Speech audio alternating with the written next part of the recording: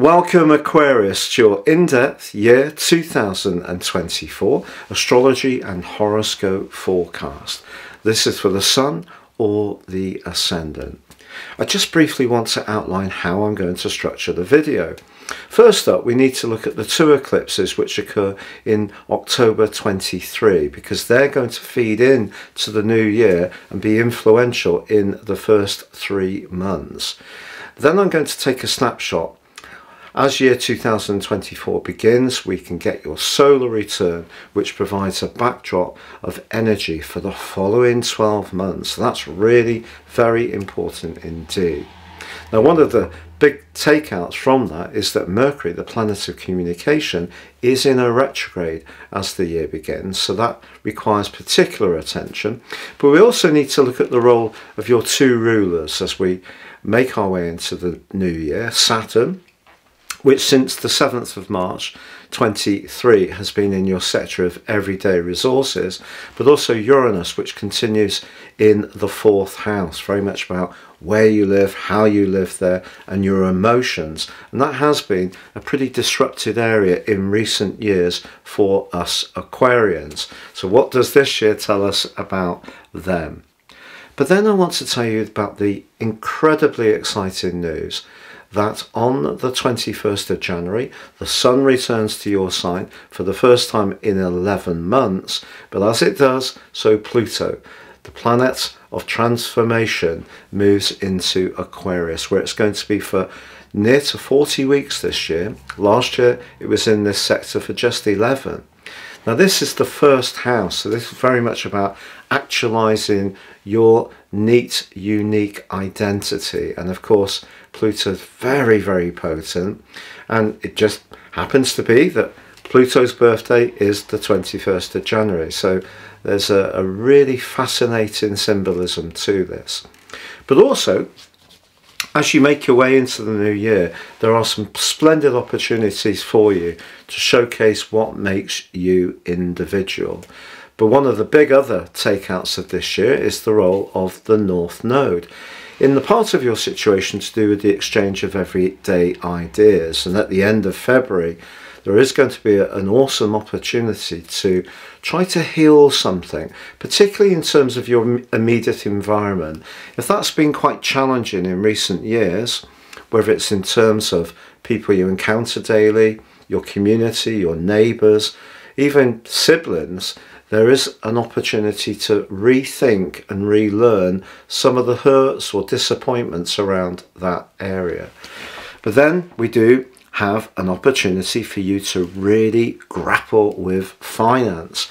And of course, because Saturn can be quite a limiting influence, it's possible that since March last year, you have encountered a bit of a squeeze. I mean, most of us collectively have experienced the increase in the cost of living, but there are real opportunities for you to progress. That said, there is a lunar eclipse on the 25th of March, which is a mirror of the solar eclipse in Libra of mid-October. So when it comes to discussing your ideas, this could be a point when there is a little bit of a challenge. But soon enough, the solar eclipse bursts through on the 8th of April. But by then, Mercury is in a retrograde in Aries. So there's a lot of Aries energy influencing your situation this year, but that actually can be really good. But if you're wanting to finally crack an issue to do with where you live and how you live there, in a much more pleasing way, because Uranus has been disruptive, Jupiter's given you fantastic support right through to the 26th of May this year. But on the 23rd of May, there's just an enormously beautiful conjunction between Jupiter and Venus, which could be very lucky around a property, family, or even some good news around a new member of the family, which could absolutely delight you.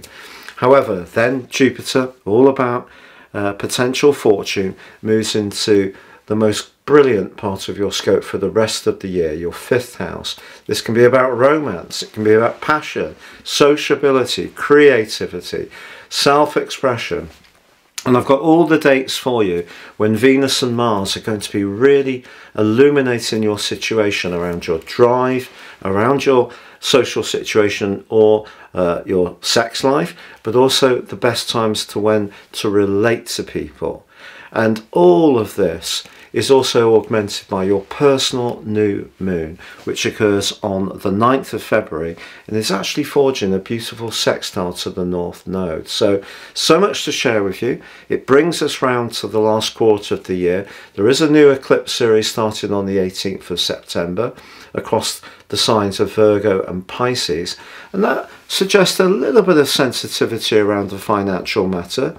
But maybe also it's going to see you being hugely compassionate and supportive to those who are less well off. But then on the 2nd of October, that solar eclipse that you first had in the middle of October last year in Libra is repeated. And this is all about travel, higher education, being more adventurous, opening your world up in an exciting way, publishing, whatever way you want to go. The last quarter of this year can be so exciting, but it is going to see Mercury end the year in the same sign it started and in retrograde. So I think in terms of Mercury and its influence over your 11th house this year, there could be some changes around your friendship circle or around some of your highest hopes, or even the more spiritual beliefs you have. Some of these areas can be rethought, or you could have some surprising developments around friendships. Perhaps someone you haven't seen for a while could come back into your world, or there could be someone who's perhaps a weaker player who could make way. Please stay with me for more. I'd just like to share with you a very special opportunity. If you're watching this video in year 2023, you can order your year 2024 personal horoscope forecast based on your unique birth data, and I will prepare for you the rest of year 2023 free of charge. If you're ordering within year 2024, you will get a full 12 months from the exact time of your order. You will also, my special package, get 30% off and your character analysis report, your life roadmap. This will help you to understand the patterns that have repeated themselves in your situation, help you to seize upon the opportunities and get a much more intimate understanding of some of the challenges and how you can work with them future forwards in a more effective way. Please see beneath this video for more information. So Aquarius, let's first unpack those two eclipses which occur in October. The first in your sister air sign of Libra on the 14th. It's all about higher knowledge, can be about study, possibly about publishing, can also be about being more adventurous, travel, anything to do with what brings greater variety to your world. But it has to coexist with a more inward, sensitive, tender lunar eclipse of the 28th, which is in the sign of Taurus, which is how you feel things, your need for security. And of course, Uranus has been particularly disruptive in that area in recent times. So it just depends on your type of way of being. But if you are someone who really does like to travel a lot, lots of changes of plan, you're someone who's always looking for excitement, I think what the lunar eclipse is telling you is it is going to be important to nurture your inner world. If you're someone who's more of a home lover, I feel the combination of these two eclipses in the first quarter of 24 is asking you to in some ways recreate that home environment to make it feel more secure, which Jupiter's going to help too, but at the same time in a way that adds a little bit of spice and change. Things have become a little too samey. This is a great time to reimagine your home existence. So Aquarius, let's have a look at your solar return. And in any natal chart, as you're seeing on the screen now, the planets or positions that are right at the top of the chart are always going to be very influential during the given period. So you can see that there's a sun and moon icon together. That's known as the midpoint. If we take the position of the Sun in Capricorn, the Sun's very much about the outer part of our nature. It's about drive and passion and the realization of our individual personality, whereas the Moon is much more receptive to do with security, nurture and sensitivity and our way of feeling things. But the balance between the two, the Moon in Virgo, the Sun also in the Earth sign of Capricorn, puts the midpoint for this year for us all at 8 degrees in Scorpio. But in your case, this means this combination's in the 10th house. The 10th house is very much to do with success, goals and ambitions. Traditional structures can be to do with our careers, how we connect to the wider world. Now, Scorpio can be a little bit of a protective player in the way it goes about things, but very skilled at business or psychology. And it's a very rare Aquarius that isn't a pretty good armchair psychologist. But the inference here is Aquarius is having the midpoint right at the top of your chart suggests if you're an ambitious person, you feel that you want to improve your standing in life, get a better job, improve where you live, you're wanting to be protective for those people who you love, there is a great chance this year that you will have some big successes. That's what that midpoint is saying. If we draw a line directly down from that midpoint, you can see there's Jupiter in house 4, the home, emotion, family, and it's just inside of that direct line down, so it's nearly on the 7th house cusp. So whatever goes on with your professional interactions this year, it's going to have a very profound benefit in terms of where you live, how you live there, and just the sense of security, growing sense of security.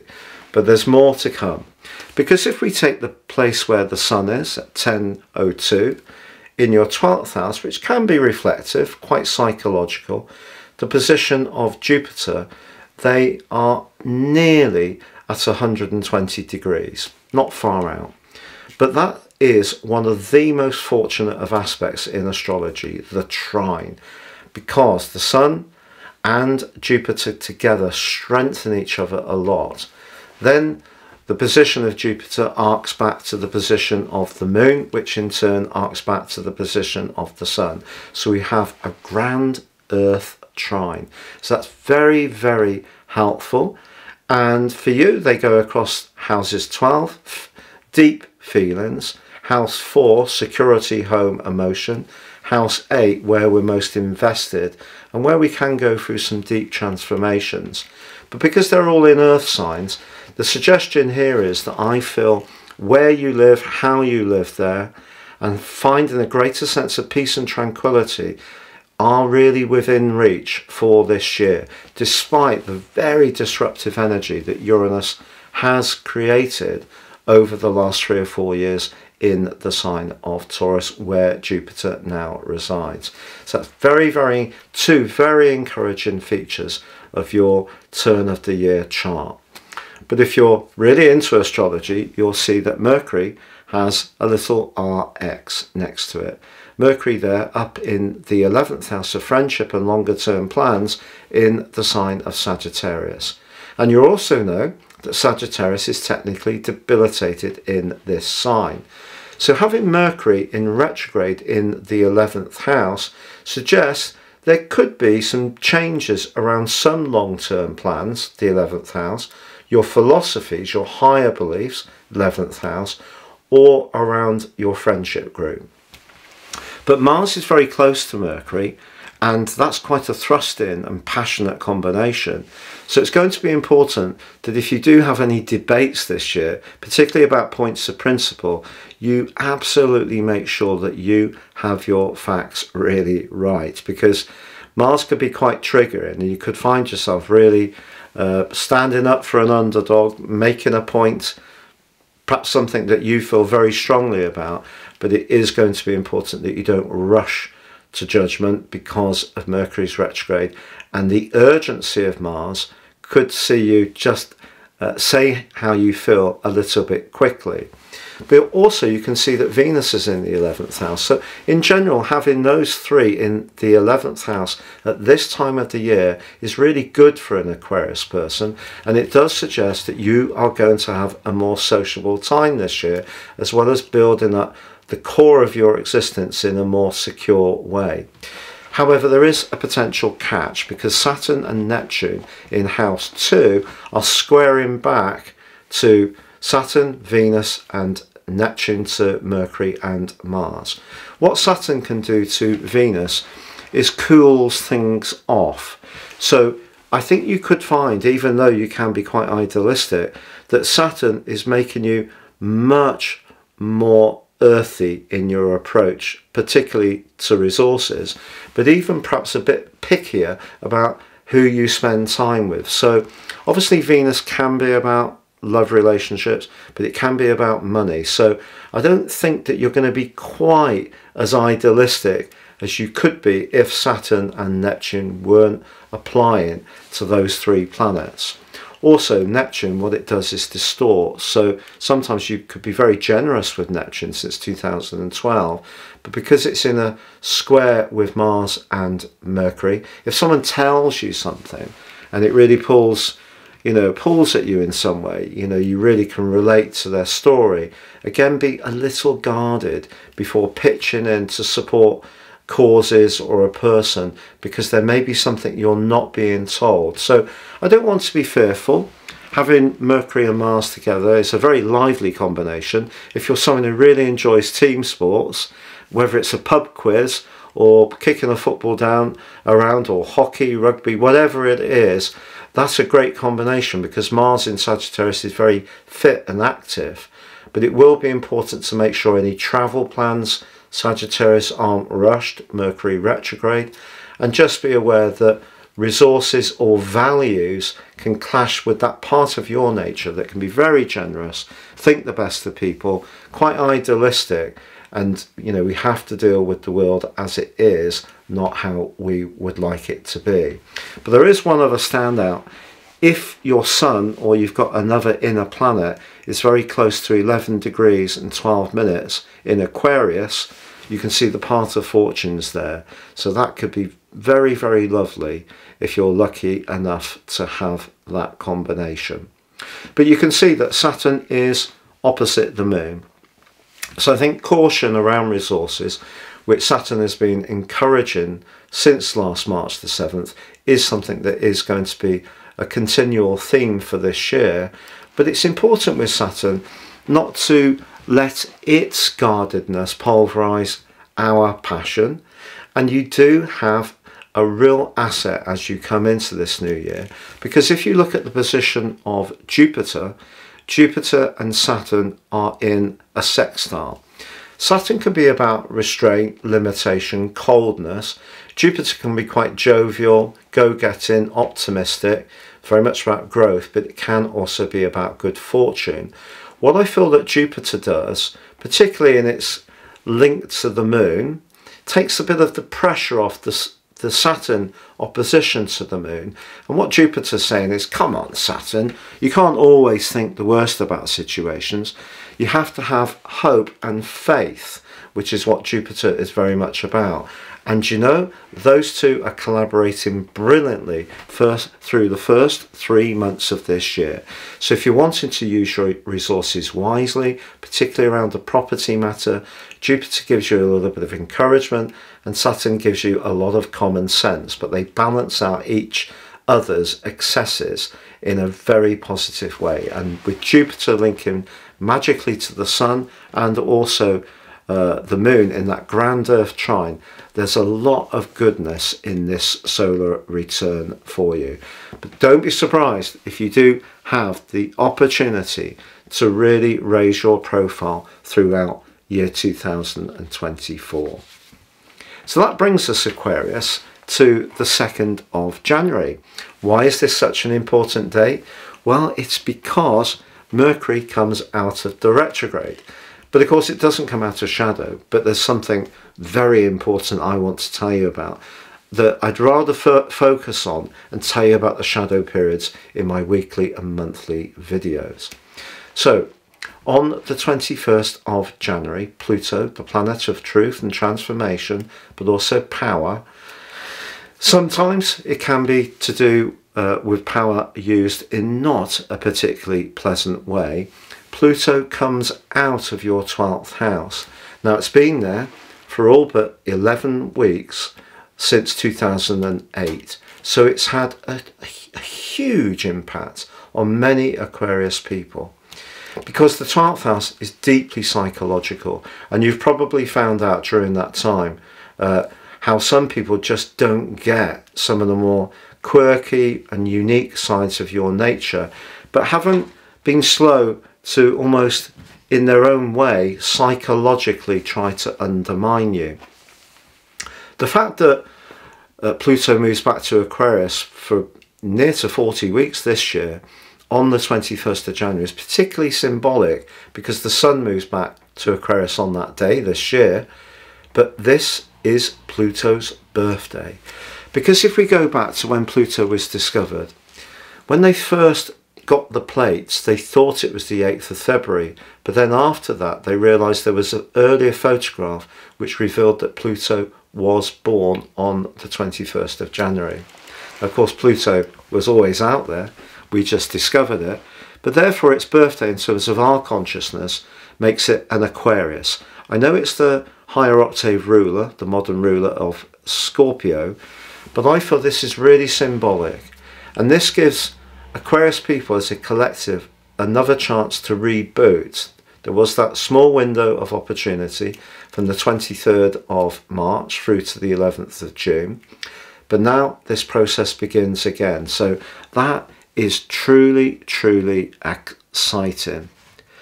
Now also on the 9th of February, Aquarius, there's going to be your personal new moon. And a new moon's a great time to set our intentions to be a bit more individualistic in our approach, but also to take more seriously the plans that really inspire us and we feel invested and passionate about.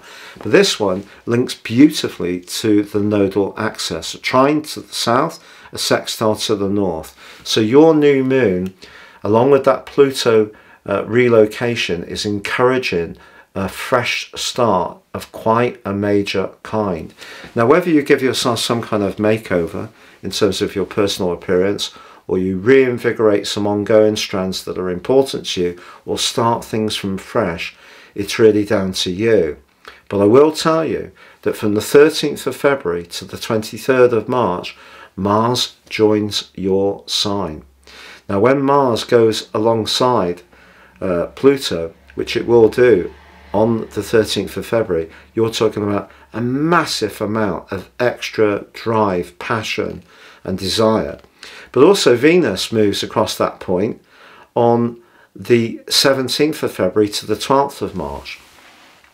And it's not therefore not just about Pluto moving back into Aquarius, it's the date it moves back there, because the first 2.5 degrees of any zodiac sign, if we take into account the 12th harmonic, which is a Vedic or sidereal astrological approach, the first 2.5 degrees of each zodiac sign has a double ramification of the energy of that sign. So Pluto is really going to be giving out that Aquarius vibe very strongly. And then having the new moon, then Mars, then Venus, all pouring forwards. Wow. So I feel that whatever your situation, there's going to be some huge transformations coming this year for you from this point. But what about the money? So in terms of your finances, your everyday finance, which of course Saturn has been really quite challenging around, Venus moves into your second house from the 12th of March through to the 5th of April. I can almost guarantee you that some kind of uptick will happen around your resources at that time. Now, in terms of your connections, the North Node moving back into Aries on the 17th of July last year, the True Node, was really significant because it hasn't been in this area for a long time, about 17 years. And if you think back during that period of time, what's your connection to neighbours been like? Your connection to your community? your connection to siblings. If there's been difficulties during that time, or even your own belief systems have felt blunted or challenged at every turn, because the North Node combines with Chiron, this is a great time to try and access some healing around those areas. But then that takes us to the lunar eclipse, the mirror of the solar eclipse of the 14th of October. This lunar eclipse is in the sign of Libra. Once more we have the South Node very, very close. So it could be that someone's resisting some of the ideas that you're wanting to percolate. So if there is a difference of opinion based on different belief systems, it could come out on the back of this lunar eclipse. Also, if you're feeling very restless or penned in, and you don't really feel that your life is quite as fluid as you would like, the lunar eclipse could build up some emotion at this time of the year. But everyday communications and those connections around your ideas and with people in your everyday world are given extra emphasis, not just because of the North Node Chiron conjunction, but because Mercury moves into Aries from the 10th of March through to the 15th of May. That's 10 weeks. Now Mercury does go retrograde in this area from the 1st of April to the 25th of April. So obviously third house retrograde with Mercury would be very Gemini-like, so could mean that some devices that you rely upon could prove to be a little bit unreliable. You may need to get some new gadgets or a new modem or a new router, all these kind of gadgets that are linked to everyday technology. Of course, that can be an issue with Mercury retrograde, but it also can be a time when you find your voice. Remember, Mercury retrograde can be reset, recalibrate. But then we have the solar eclipse of the 8th of April really pushing and giving you the platform to frame your ideas in a passionate way for the next 6 months. It's true that Mercury is pretty close, about 5 degrees away. Usually with eclipses, planets have to be around 1 or 2 degrees within the scope of the actual eclipse. But I feel because Mercury is in retrograde, it is going to be the case that maybe you will rethink your approach to certain situations in the following half year. But in terms of romance, Venus is going to be in your 5th house from the 24th of May to the 17th of June. So this aligns really beautifully with Jupiter moving into your 5th house on the 26th of May. So this really could be sensational.